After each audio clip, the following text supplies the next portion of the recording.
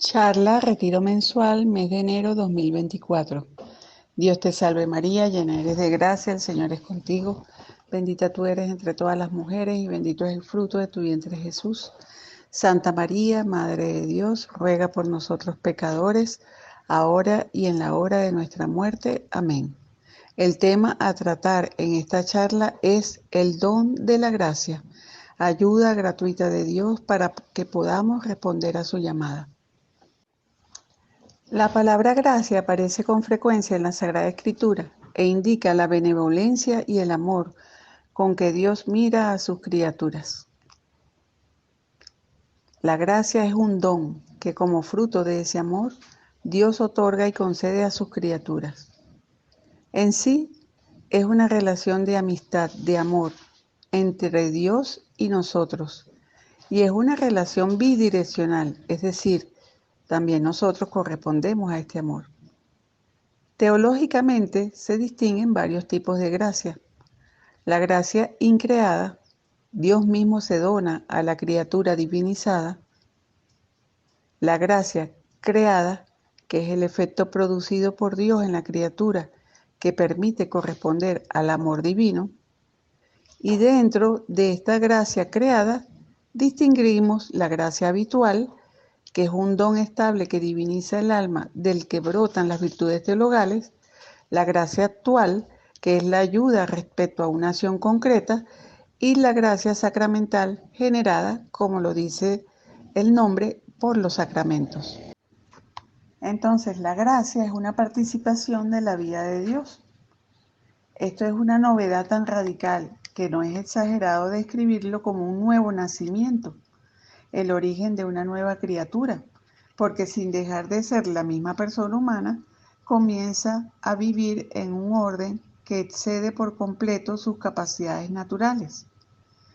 Podemos dividir dos grandes preguntas para su mejor comprensión. En primer lugar, ¿en qué consiste ese nuevo nacimiento? Bueno, consiste en participar de la vida de Dios. Y la segunda pregunta, ¿qué cambio se produce en la persona que nace a la gracia? Bueno, la persona que nace a la gracia experimenta una verdadera divinización. Había entre los fariseos un hombre llamado Nicodemo, judío influyente. Nicodemo vino a Jesús una noche y le dijo: Rabí, sabemos que has venido de parte de Dios como maestro, pues nadie puede hacer los prodigios que tú haces si Dios no está con él. Contestó Jesús y le dijo: en verdad te digo que si uno no nace de nuevo, no puede ver el reino de Dios. Nicodemo le respondió: ¿cómo puede un hombre nacer siendo viejo? ¿Acaso puede entrar otra vez en el seno de su madre y nacer? Jesús contestó: en verdad te digo que si uno no nace del agua y del Espíritu, no puede entrar en el reino de los cielos. Capítulo 3 de Juan, versículo del 1 al 5. La conversación nocturna de Jesús con Nicodemo se abre con la pregunta de éste a Jesús. Tanto la pregunta como la respuesta del Señor sugieren que Nicodemo se ha hecho una idea excelente del Maestro, pero muy corta. Alguien que viene de Dios, posiblemente otro profeta en línea con los anteriores, si bien de una santidad del todo singular, y quiere conocerle y escuchar de él su doctrina. Jesús no empieza a tratar alguno de los temas que quizá podría esperar Nicodemo. Comienza revelándole una verdad asombrosa. Lo que él nos va a traer supone una verdad nueva. Requiere un nacimiento nuevo. No son planteamientos doctrinales atractivos o una conducta moral más elevada. Es infinitamente más. La vida nueva que menciona Jesús es vivir en el hogar, en la familia del Padre, del Hijo y Espíritu Santo, no como un extraño, sino como un hijo que puede llamar con propiedad Padre a Dios. La gracia es precisamente esa vida nueva que Dios nos proporciona, cuyos rasgos esenciales podemos resumir en las siguientes palabras del Catecismo. La gracia es una participación en la vida de Dios. Nos introduce en la intimidad de la vida trinitaria. La introducción en la vida divina no sucede como término de un progreso espiritual que el hombre pueda llevar a cabo con su conocimiento y voluntad y con sus solas fuerzas. No, depende enteramente de la iniciativa gratuita de Dios, porque solo Dios puede revelarse y darse a sí mismo. De aquí se pueden extraer varias consecuencias. Estas consecuencias son: Dios es el autor de la gracia y el hombre el que la recibe. En segundo término, hay un cambio desde la no posesión a la posesión de la gracia y por tanto se da un comienzo en poseer vida. Y en tercer lugar, la vida que se inicia es semejante de naturaleza a la de su autor. Estas tres características ponen de manifiesto que lo que sucede al recibir la gracia es verdaderamente un nacimiento, el nacimiento de un hijo. La vida de la gracia consiste en ser engendrados por Dios y participar de la plenitud de su amor. A todos los que lo recibieron les dio poder de hacerse hijos de Dios, a los que creen en su nombre, el cual no nació de sangre, ni de deseo de carne, ni de deseo de hombre, sino que nació de Dios. Quien nace de Dios empieza una vida nueva. Todo ser vivo tiene un principio vital que es el alma. La cuestión que ahora se plantea es: ¿cuál es el principio vital, el alma del que vive en gracia? La respuesta nos la proporciona un breve texto Santo Tomás. Dios mismo es la vida del alma, como el alma es la vida del cuerpo. Estas palabras dan pie para establecer una analogía. El hombre posee facultades sensibles, pero además tiene facultades espirituales, entendimiento y voluntad, porque su alma es espiritual. Y el alma es el principio vital que integra y rige todo lo que es vida en el hombre.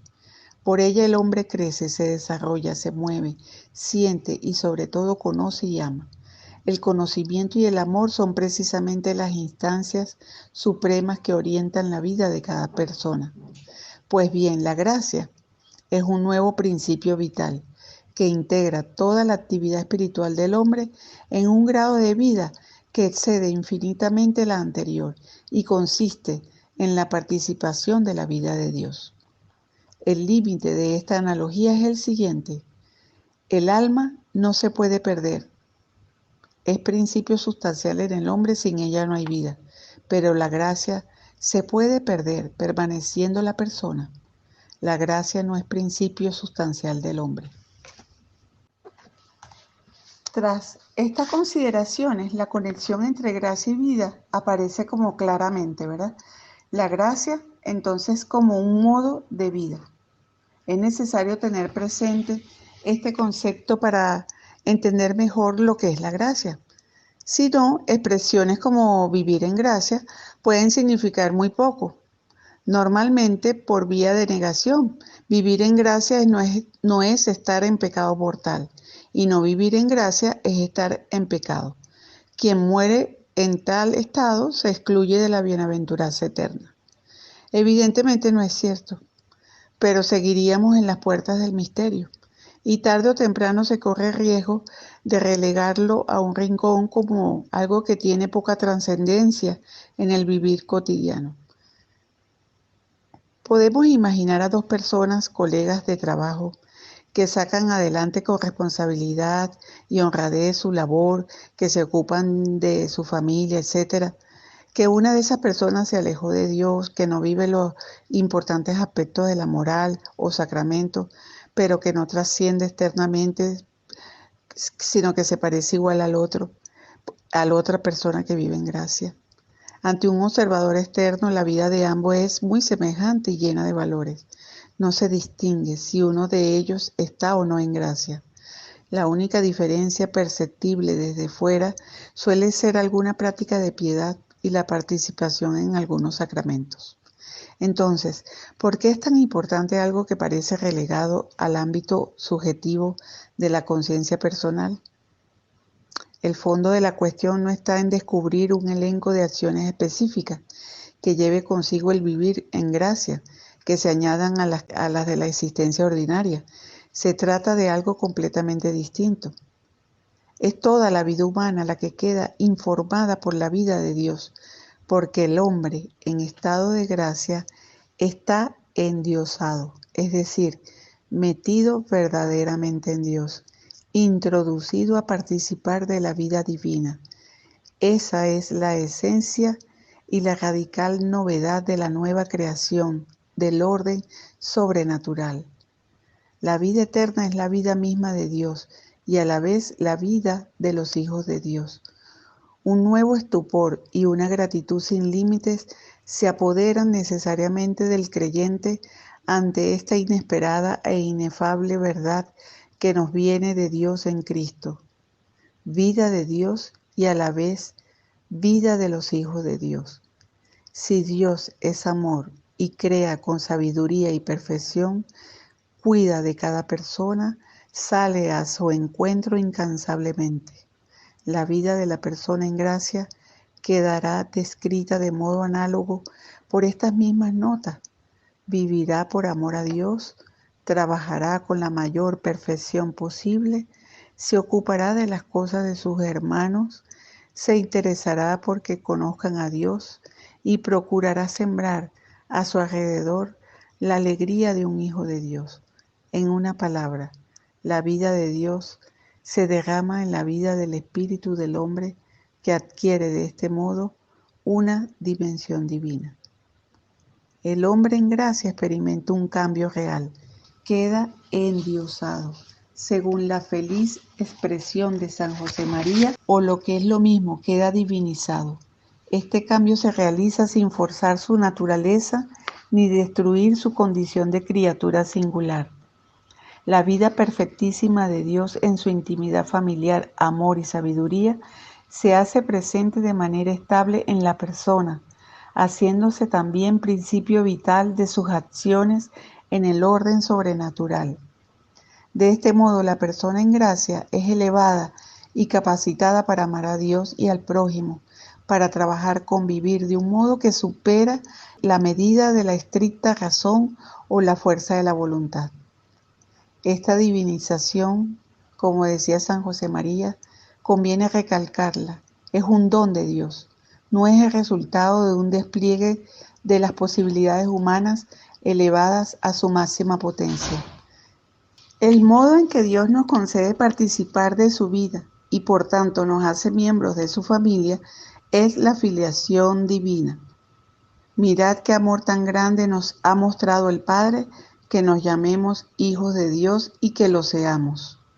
Es decir, Dios en su bondad no solo quiere que le tratemos como a un padre, sino que en un derroche de incomparable amor nos adopta como hijos, en sentido estricto, aunque limitado parcial, por participación de la única filiación divina en sentido estricto, la que constituye la segunda persona de la Santísima Trinidad, el Hijo unigénito del Padre.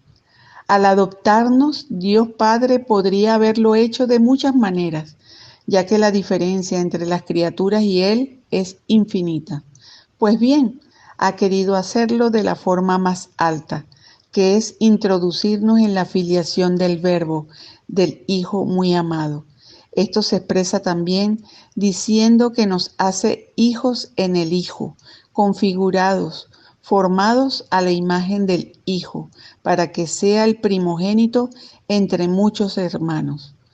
La expresión Hijo adoptivo de Dios requiere una breve precisión para no inducir a error por defecto. En primer lugar, en la familia humana la filiación es una relación real que lleva consigo un trato paterno-filial y unos vínculos jurídicos y morales. En segundo lugar, la filiación adoptiva lleva consigo solo la relación jurídica y moral, Una persona inicialmente extraña es introducida en una familia donde se le tratará con afecto y cariño como el hijo verdadero.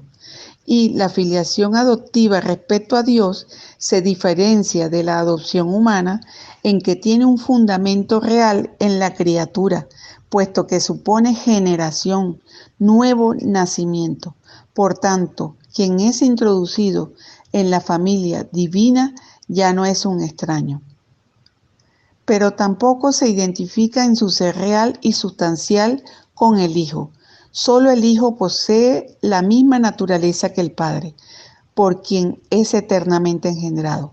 Y es con relación a la filiación del Hijo por la que la nuestra se llama adoptiva. Ser hijo de Dios y tratar como tal a Dios es la dimensión más radical de la divinización que la gracia produce en el hombre. Por eso se entiende bien que la filiación divina puede y debe ser el fundamento de la vida espiritual. Un cristiano deberá vivir la unidad de vida de un hijo de Dios, actuará con la libertad de los hijos de Dios, su oración es la de un hijo de Dios y lo mismo su trabajo, alegría y dolor será de un hijo de Dios. La divinización no es una disolución de lo humano en lo divino, al estilo de algunas místicas orientales y planteamientos de cuño panteísta. Ni siquiera puede verse como algo que se parezca a un alienarse de la persona que renuncia a algo de sí en beneficio de Dios. Para ilustrarlo, vamos a compararlo con un aspecto de una tarea agrícola, que son los injertos, que San Pablo utilizó esta imagen en un contexto estrechamente relacionado con la doctrina de la gracia, por la que se puede aplicar a nuestro caso sin ninguna dificultad. Injertar es unir un pequeño trozo de una planta a otra. La planta que lo recibe se beneficia de las cualidades del injerto. Unas veces el injerto rejuvenece a una planta envejecida. Otras veces hace que la planta que daba frutos de mala calidad dé buenos frutos y más abundantes. Se trata de la misma planta, pero sus funciones vitales alcanzan una calidad superior a su condición originaria. Algo parecido sucede en el alma.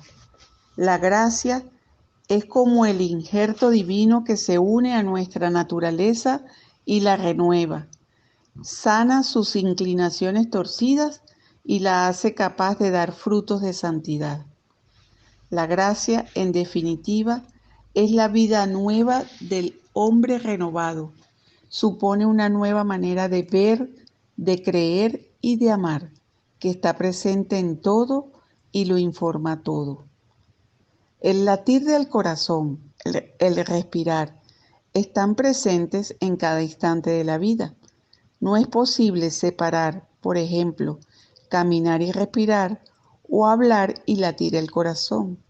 De forma análoga, tampoco tendrían sentido disecciones como las siguientes: estudiar y aparte dar gloria a Dios, cultivar la amistad y en otras ocasiones el amor al prójimo, vivir la justicia en determinados momentos y en otros la presencia de Dios. Este nuevo modo de existir tiene la característica, por tanto, de una divinización que se posee como propia de modo estable. Citamos el Catecismo de la Iglesia, que sintetiza del siguiente modo la realidad divinizadora de la gracia en el alma. La gracia de Cristo, abro comillas, es el don gratuito que Dios nos hace de su vida infundida por el Espíritu Santo en nuestra alma. Es la gracia santificante o divinizadora recibida en el bautismo. Es en nosotros la fuente de la obra de santificación y la faceta de propiedad y estabilidad. Abro comillas. La gracia santificante es un don habitual, una disposición estable y sobrenatural que perfecciona al alma para hacerla capaz de vivir con Dios, de obrar por su amor. Catecismo de la Iglesia Católica, números 1999 y 2000. Cito a San José María en Forja 971, donde nos escribe: Dios espera un buen fruto, el tuyo y el mío, no un fruto raquítico, frágil, porque no hayamos sabido entregarnos. Lo espera abundante, porque nos colma de bendiciones. La necesidad de cooperar con la gracia y por tanto la lucha ascética no acabará nunca, porque Dios no nos ha prometido la victoria absoluta sobre el mal durante esta vida, sino que nos pide lucha. Te basta mi gracia, respondió Dios a Pablo. En su predicación, San José María insistía especialmente en que la cooperación humana a la gracia consiste en recorrer el mismo camino del Verbo encarnado. Cristo resucita en nosotros si nos hacemos copartícipes de su cruz y de su muerte. Hemos de amar la cruz, la entrega, la mortificación. El optimismo cristiano no es un optimismo dulzón, ni tampoco una confianza humana en que todo saldrá bien. Es un optimismo que hunde sus raíces en la conciencia de la libertad y en la fe en la gracia.